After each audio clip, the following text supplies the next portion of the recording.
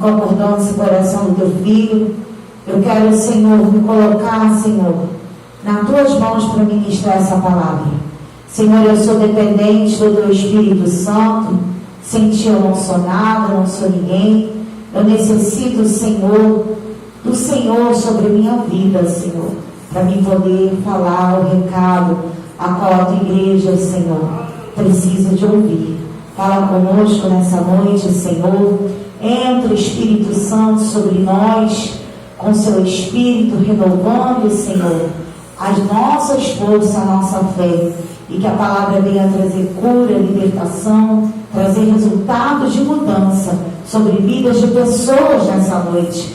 Que teu Espírito Santo visita todos nessa noite que vai estar ouvindo essa palavra, meu Pai, em nome do Senhor Jesus. Amém.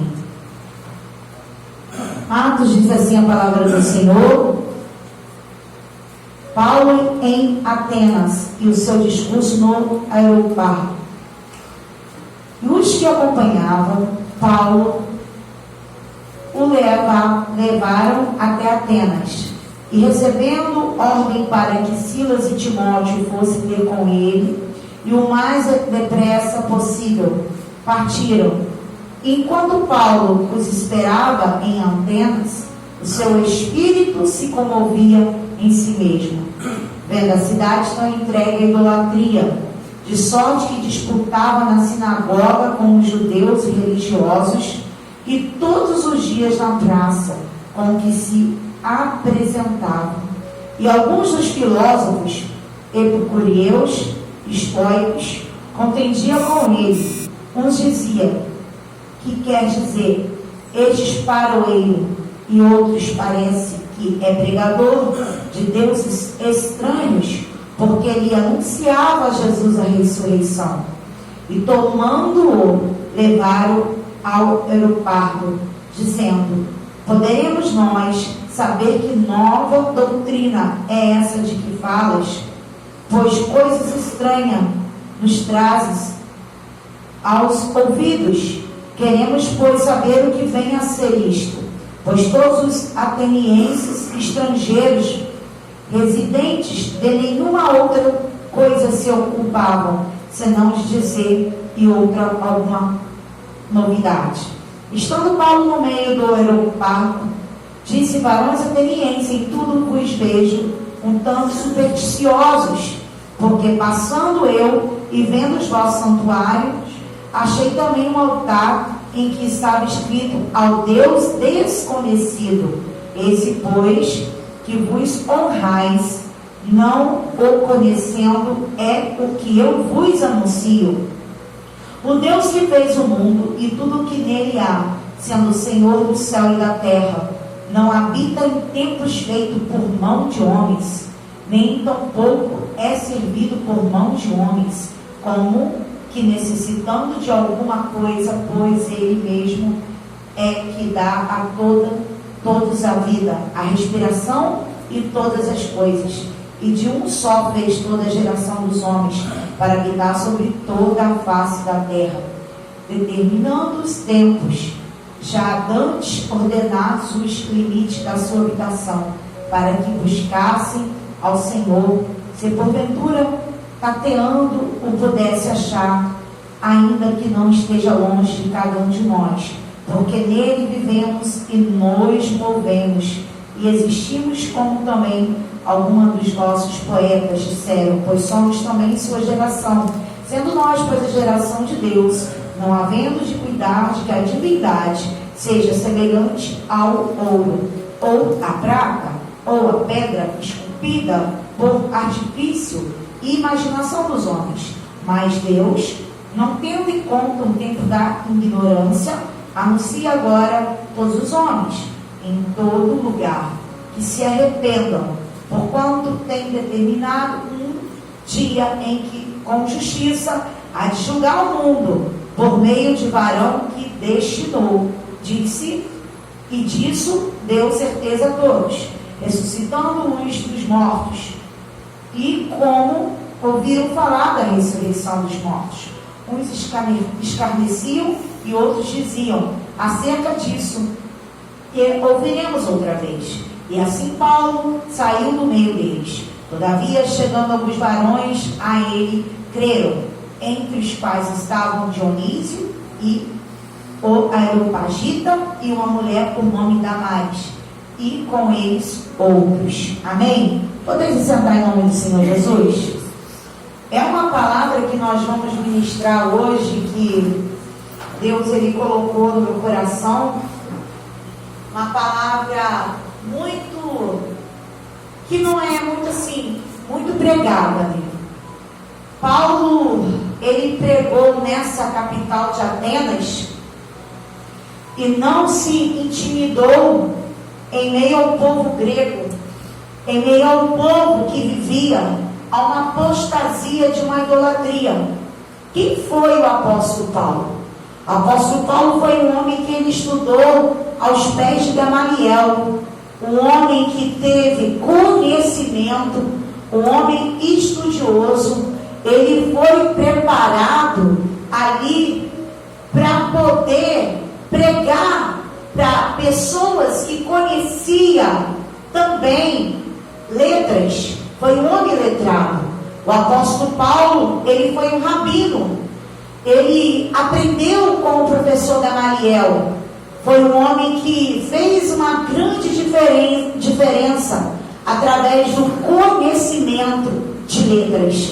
Mas também foi um homem que tinha letras, conhecimento, mas também tinha comunhão com o Espírito Santo de Deus. Foi um homem que, aonde ele precisava usar o seu conhecimento, ele usava de palavras. Quando ele chegou ali em Atenas, na cidade de Grécia, ele encontrou quem ali? Os filósofos. Quem eram esses homens? Homens estudiosos que sentavam na praça e começava a discutir sobre vários assuntos e sobre religiões. E quando ele chegou ali naquela cidade, você vê que no versículo aqui 15, ele chegou até Atenas e ele estava ali esperando Silas e Timóteo. E quando ele passou pelaquela cidade, ele começou a observar na cidade de Atenas a idolatria. O povo começou a idolatrar ali a deusa Diana.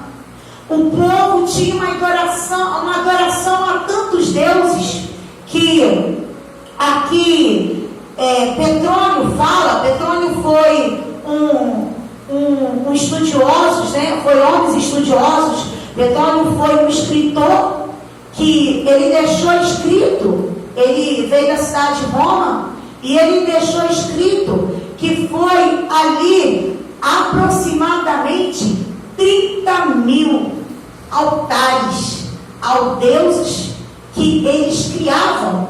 Eles tinham medo tanto dos deuses, a idolatria predominava tanto ali naquela cidade, que eles viviam construindo altares a deuses, porque eles tinham medo dos deuses se vingar deles ali. E quando o apóstolo Paulo chegou ali na praça, ele encontrou alguns homens ali conversando sobre a idolatria, conversando sobre vários assuntos. E quando o apóstolo Paulo chegou ali, ele viu ali foram alguns homens filósofos gregos, epicureus, que eles acreditavam na vida, no agora. Eles viviam o hoje. Eles não acreditavam totalmente no amanhã. Eles preparavam o seu momento somente de hoje. Eram homens ateus, homens que não acreditavam em Deus. E ele começou a conversar com aqueles homens. Logo em seguida também ele encontrou os estoicos, que eram homens que acreditavam na astrologia, não acreditavam totalmente no nosso Deus.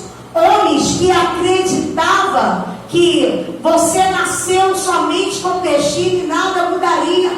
Mas nós acreditamos que nosso destino, quem planeja, é Deus. Quem faz tudo na nossa vida é Deus. E aqueles homens, eles começavam a adorar a astrologia, a magia negras. Eles começavam a buscar cartomantes. Eles acreditavam nessas coisas.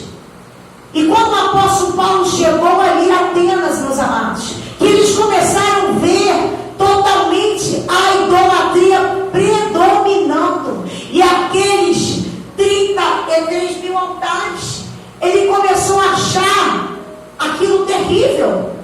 E ele começou a querer achar uma forma de levar a palavra àqueles homens. Dionis, ele falou que foi uma forma que quando o apóstolo Paulo encontrou aqueles homens ali, ele estava procurando um homem naquela terra que conheceria todos os deuses. Ele chegou ali e queria encontrar quem era a pessoa que mais conhecia. Só que a história nos conta, meus amados, que quando o apóstolo Paulo chegou ali, o apóstolo Paulo já chegou preparado para levar a palavra para aqueles homens através do Espírito Santo de Deus. Porque Deus não iria levar, está vindo aqui na minha memória, quem? Pedro. Quem era Pedro? Um homem que não tinha leitura, leigo, um homem de língua pesada. Deus não prepararia Pedro para pregar para esses homens filósofos. Deus não prepararia uma pessoa que não seria culta para levar a palavra para aqueles homens, porque eles não iriam dar ouvido a Pedro. Mas quando o apóstolo Paulo, ele começou a pregar a palavra ali, naquele exato momento, eles pegaram ele ali e levaram aos antropólogos. E quando o apóstolo Paulo foi levado aos antropólogos, os antropólogos começaram a ouvir o discurso de Paulo e começaram a rir de Paulo. Você vê aqui no versículo 19, 18 aqui, que fala assim, 18 e 19. Eles acharam que Paulo era paraloeiro. Acharam que Paulo foi levar palavras que nem o próprio Paulo conhecia. Porque eles nunca tinham ouvido falar de Jesus. Eles só conheciam os deuses que eles ali adoravam. Mas a história diz, o historiador George Laertes, ele conta que aconteceu na cidade da Grécia ali uma grande epidemia, uma febre chamada febre etifoides. E essa febre começou a tomar conta de todas as pessoas. E começou as pessoas a passarem mal, alguns morreram. E eles começaram a consultar os deuses deles, mas os deuses deles não estavam curando ninguém. É como hoje nós estamos vivendo, né? Essa epidemia ali dessa gripe, né? Coronavírus, todo mundo com medo dessa epidemia, todo mundo esquecendo do Deus vivo que nós seguimos, do Deus poderoso que está no controle de tudo, do Deus que cura, do Deus que liberta, do Deus que transforma, e começa a se desesperar. O desespero está batendo tanto na cabeça do ser humano que daqui a pouco está a depressão batendo, a pessoa vai estar se matando, a pessoa está entrando em depressão dentro de casa, porque está